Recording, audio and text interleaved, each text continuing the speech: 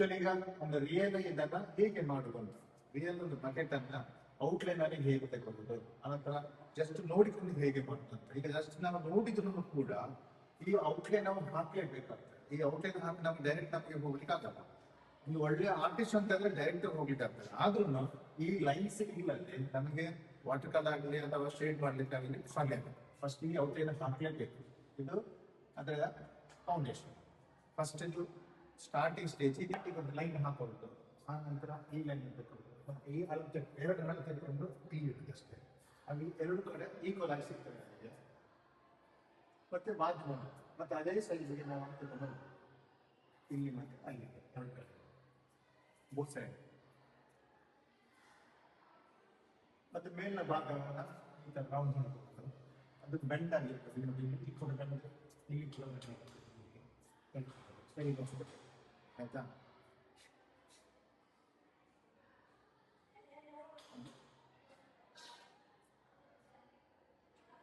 ಮತ್ತೆ ಸ್ವಲ್ಪ ದಪ್ಪ ಮಾಡ್ಕೊಳ್ಬೇಕು, ತುಂಬಾ ಸ್ಟ್ರೆಂತ್ ಮಾಡ್ಕೊಳ್ಬೇಕು. ಇಲ್ಲಿ ಕೂಡ ರೌಂಡ್ ಶೇಪ್ ಚೂಪ್ ಇರ್ಬಾರ್ದು, ರೌಂಡ್ ಶೇಪ್ ಏನಪ್ಪ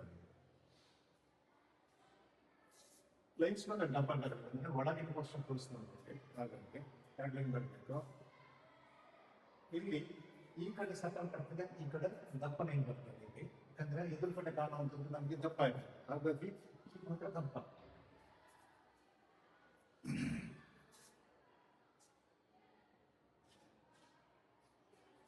ಇಲ್ಲಿ ಕೂಡ ಚೇಂಜ್ ಆಗ್ತದೆ. ಈ ಭಾಗ ಇಲ್ಲಿ ಮತ್ತೆ ಇಲ್ಲಿ ಇದು ಒಳಗೋಗ್ತದೆ ಎರಡು ಸೈಡ್. ಇದು ಮೇಲ್ ನಂಬರ್, ಬಕೆಟ್ ಈಗ ಮೇಲ್ ನಂಬರ್ ಇದು ಬರ್ತದೆ.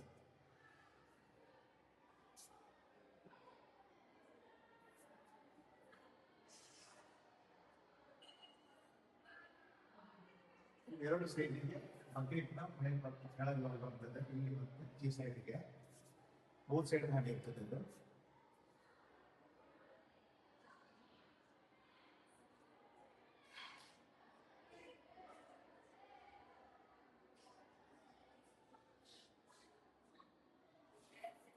ಕರೆಕ್ಟ್ ಎಲ್ಲ ಮಾಡ್ಕೊಳ್ತೀವಿ. ಇಲ್ಲಿ ಮತ್ತೆ ಕೆಳಗೆ ರೌಂಡ್ ಇರ್ತದೆ, ಫ್ಲಾಟ್ ಇದೆಲ್ಲ ಕೆಳಗೆ ರೌಂಡ್ ಇರ್ತದೆ. ಮೇನ್ ಕಡೆಗೆ ರೌಂಡ್ ಇರ್ತದ, ಕೆಳಗಡೆ ಹಾಗೆ ರೌಂಡೇ ಬರ್ತದೆ.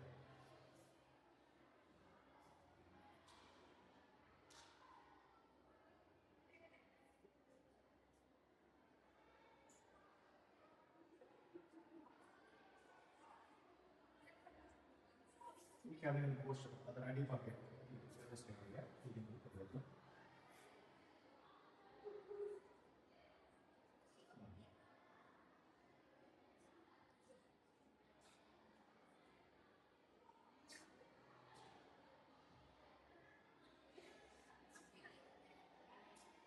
ಇನ್ನೊಂದು ಈ ತರ ಕೈ ಬರುತ್ತೆ, ಹ್ಯಾಂಡ್ ಬರುತ್ತೆ. ಈ ಕಡೆ